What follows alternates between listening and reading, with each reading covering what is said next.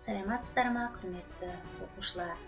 1941-1945 жылдардағы Ұлы Отан соғысы жеңістің 75 жылдығы құрметіне орай 5 А сыныбына қашықтықтан өтетін сабақты бастаймыз.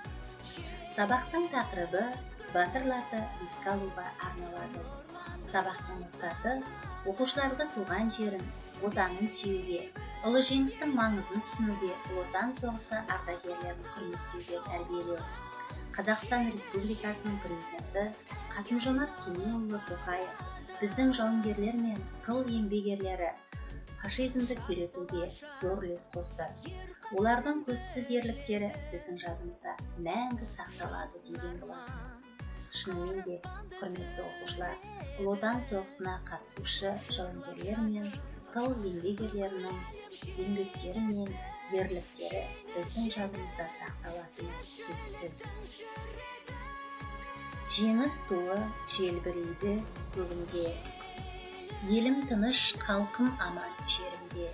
Мақтан тұтам қазақ батыр бабамды, ұрпақтары қадірлейтін әрқашан. Қазақстан мәңгілік ел төрінде. Табандылық пен ерлік, отанға деген сүйіспеншілік қатал соғыста жеңіске жеткізді. Міне, Ұлы Отан соғысының жеңіспен аяқталғанына биыл тура 75 жыл толды.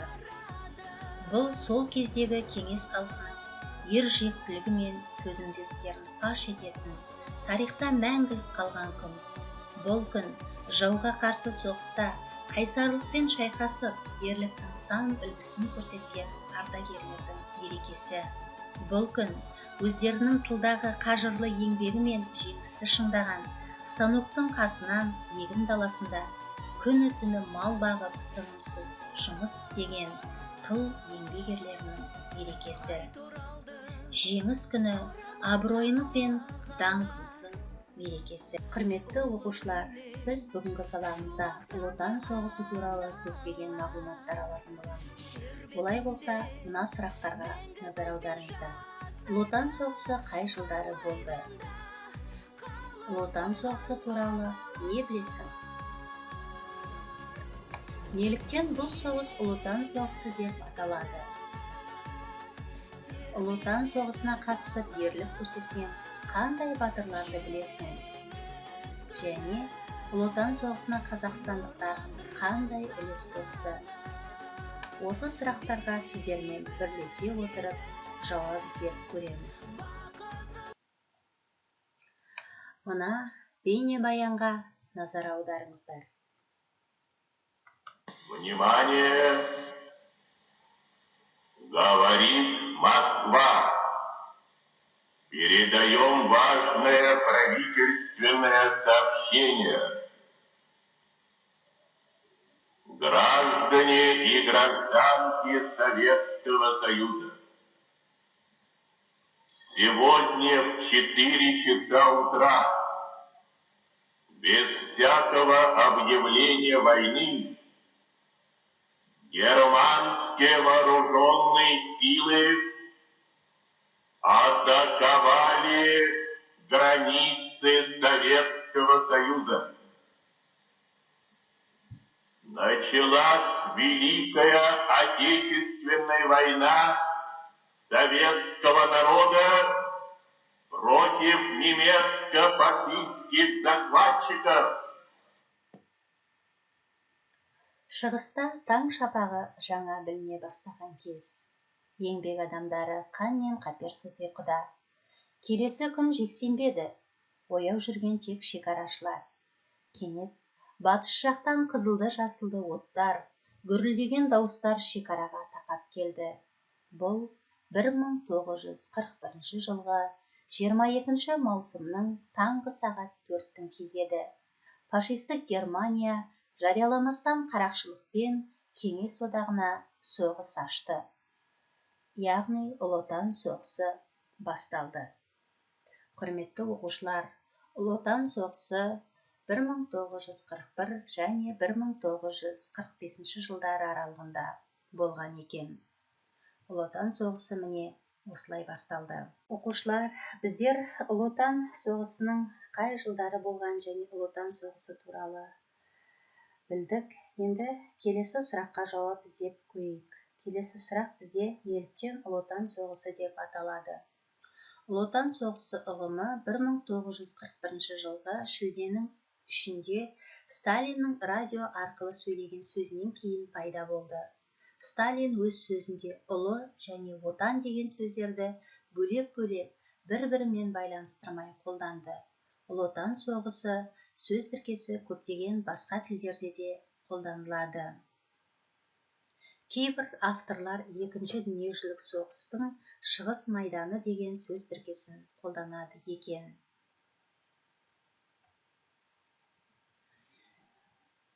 Ұлы Отан соғысына қатысқан қандай қазақстандық жауынгерлер бар екен? Бұл сұраққа жауап іздеу үшін мына бейнебаянға назар аударуларыңызды сұраймын.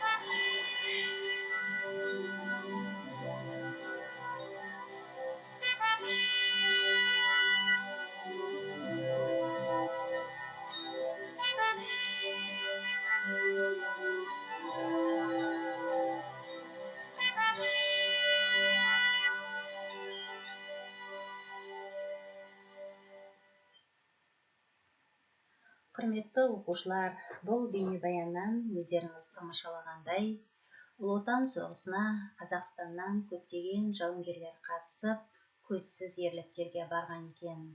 Атап айтатын болсақ, Бауыржан Момышұлы, Әлия Молдағұлова, Мәлжүк Мәмбетова, Хиуаз Доспанова, Талғат Бигелдинов және Рахымжан Қошқарбаев, тағы да басқа көптеген батырларымызды ерекше айтуға болады екен. Соғыс жылдарында 558 қазақстандық Кеңес одағының батыры атағына ие болған екен. Олардың 100-ден астамы даңқ орденінің толық кавалері атанған екен. 4-еуі батыр атағын 2 мәрте иеленген. Бұл атақты 2 мәрте иеленгендердің бірі Талғат Бигелдинов екен. Келесі соңғы сұрағымыз: қазақстандықтар Ұлы Отан соғысына қандай үлес қосты? Осы сұраққа жауап іздеп көрейік.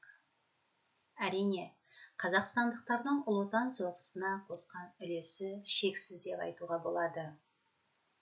Оларға тоқталатын болсақ, 1.366.000 адам осы Ұлы Отан соғысына Қазақстаннан шақырылған екен.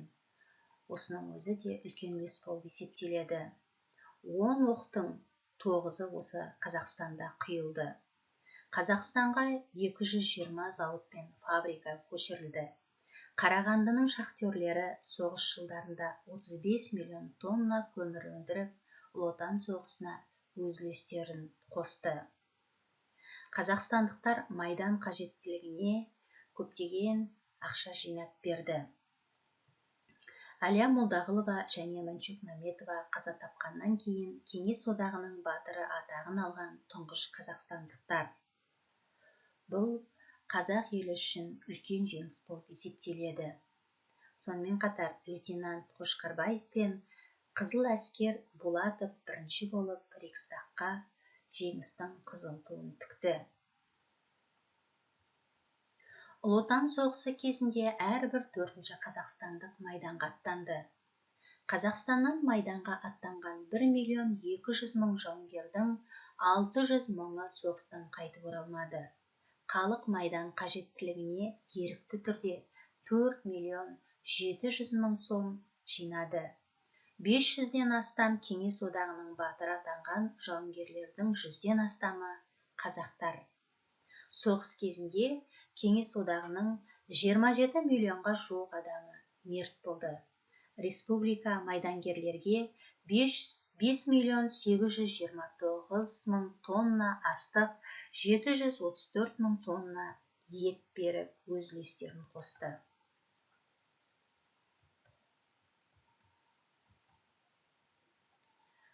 Құрметті оқушылар, Ұлы Отан соғысына Қазақстан қатыспағанда не болар еді?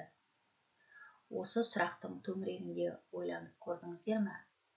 Олай болса, мен сіздерге мынандай деректер ұсынамын. Егер Ұлы Отан соғысына Қазақстан қатыспағанда, Брест қамалы бірден берілер еді. Бірақ Гитлердің алғашқы соққысын өзіне Турдиев, Фурсов секілді қазақстандықтар өзіне алды. Ұлы Отан соғысына Қазақстан қатыспағанда тағы не болар еді? Мәскеуді немістер алар еді, себебі Кеңес одағының жүрегін негізінен Қазақстанда жасақталған 100-ші, 101-ші, 316-ші және басқа да дивизиялар қорғады. Ленинград аштан қалар еді. Қоршауда жатқан қалаға көмектескен автомобилистердің жартысы қазақстандықтар еді. Ұлы Отан соғысына Қазақстан қатыспағанда тағы не болар еді? Майдан әскерсіз қалар еді. Германия халқының 12% ғана мобилизацияласа, Қазақстан халықтың 25% соғысқа жұмылдырылды. 18 пен 50 жас аралығында еркек кіндіктің 70% майданға аттанды. Ұлы Отан соғысына Қазақстан қатыспағанда тағы не болар еді? Мылтықтар оқ атпай, танкілер жүрмей, ұшақтар жерден көтерілмей қалар еді. Себебі соғыс жылдары Қазақстан бүкіл одақты мыстың 35%, қорғасынның 83%, молибденнің 60%, висмуттың 65%-ын беріп отырды. Қарағандының шахтерлері 35 миллион тонна көмірін берді. Ұлы Отан соғысына Қазақстан қатыспағанда тағы не болар еді? Жауынгерлер аш қалар еді. Соғыс жылдарында қазақтың шаруалары майданға 5.829.000 тонна нан мен 734.000 тонна ет жіберді. Ұлы Отан соғысына Қазақстан қатыспағанда тағы не болар еді? Қырым татары, Қарашай-Балқар, Кәріс-Шешен қоныссыз қалар еді. Қазақстан қуғынға ұшыраған және зорлықпен көшірілген 1 миллионнан өзге ұлтты өгейсітпеді. Ұлы Отан соғысына Қазақстан қатыспағанда не болар еді? Қиыр шығыста Жапонның Квантун армиясы да Украина, Белоруссияда азат болмас еді. Бірақ Қасым Қайсенов бастаған партизандар жауды ішінен жұлдыз құртша жеді. Ұлы Отан соғысына Қазақстан қатыспағанда тағы не болар еді? Берлин алынбай, Рейхстагқа ту тігілмей қалар еді. Қаланы бомбылаған әйгілі Бигелдинов те Гитлердің ордасына ту тіккен атақты Қошқарбаев, ал Берлин ратушасын алған Кенжебай Мәденовтың взводы болатын. Ұлы Отан соғысына Қазақстан қатыспағанда тағы не болар еді? Біз ерліктің үлгісін көрсеттік. Бауыржан Момышұлы тек Мәскеудің түбінің өзінде 27 рет жауға шабуылдап 5 рет қоршауды бұзып шықты. Біз қайсар болдық. Қызымызға дейін. Біз соғысқа өзі сұранған Мәншүк, жаужүрек Әлия, түн перісі атанған ұшқыш Хиуазбыз. Міне, Ұлы Отан соғысына Қазақстан қатыспағанда осындай ерліктер көрсетілмес еді. Ұлы Отан соғысына Қазақстан қатыспағанда тағы не болар еді? Бұл соғыста Кеңес одағы жеңбейтін еді. Егер біз болмасақ, әрбір 9-шы оқ біздің қорғасынан құйылды. Әрбір 4-ші азаматымыз жан аямай соғысты. Соның әрбір 3-шісі қаза тапты. Құрметті оқушылар, бүгінгі сабағымызда біз көптеген Ұлы Отан соғысы туралы мағлұматтар алдық. Енді сіздерге тапсырма ұсынғым келіп отыр. Бірінші тапсырма Ұлы Отан соғысындағы қазақ батырлары деген тақырыпта кластер дайындаңыз. Екінші тапсырма бұл шығармашылық жұмыс. Ұлы Отан соғысына қатысты өлең оқуларыңызға болады, немесе сурет салуларыңызға болады, немесе өз қалауларыңыз бойынша эссе жазуларыңызға болады. Сонымен қатар, мен батырдың ұрпағымын деген тақырыпта сіздерге тапсырма бергім келіп отыр. Ұлы Отан соғысына қатысқан аталарыңыз болса, егер мүмкіндіктеріңіз болып жатса, сол туралы видеоролик дайындаңыздар. Бұл соғыс ата-бабамыздың айтып кеткен білекті бірді, ақыл айлалы мұңды жеңеді дегендей халық тәжірибесімен шыққандығына дәлел. Ұлы жеңісіміз баянды болсын. Тәуелсіз еліміздің көк туы көк аспанымызда желбірей берсін. Тағы да жеңіс күні құтты болсын. Құрметті оқушылар, сабағымыздың соңында кері байланыс берулеріңізді сұраймын. Бүгінгі сабақта не білдіңіздер, не үйрендіңіздер? Алға қарай осы Ұлы Отан соғысы туралы тағы не білгілеріңіз келеді? Сонымен, қымбатты оқушылар, бүгінгі сабағымыз аяқталды. Сау болыңыздар. 9 мамыр ұлы жеңістің 75 жылдығымен шын жүректен құттықтаймын. Осы бейбіт күнде өмір сүруіміз ардагерлеріміздің арқасы. Сіздерге мың алғыс. Биыл Ұлы Отан соғысы басталғанына 75 жыл толды. 1941 жылдың 22 маусымында басталып, үздіксіз 5 жылға, яғни 1418 күнге созылған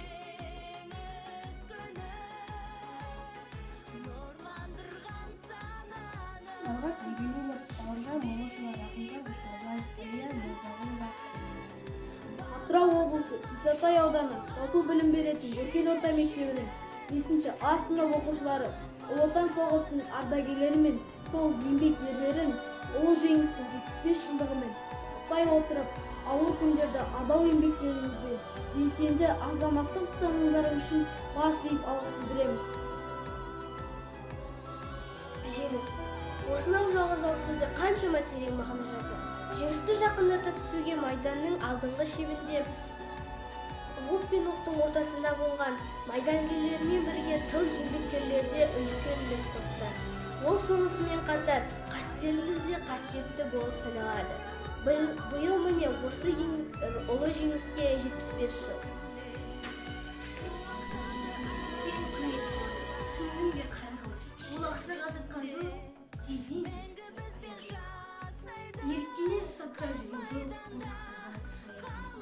Кеше елге қатер төнгенде ол жауға қарсы шапты. Бізді жалмамақ болған жауға өрт төбесінен қақты. Ол арыстанша алысты, өлім соққысын өз үлесіне алды. Денесін оқ пәршелесе де ел намысын қорғап қалды. Сен құрметте оны түсіндің бе қарағым? Сенің келешегің үшін берді ол азаттық жолда аяғын.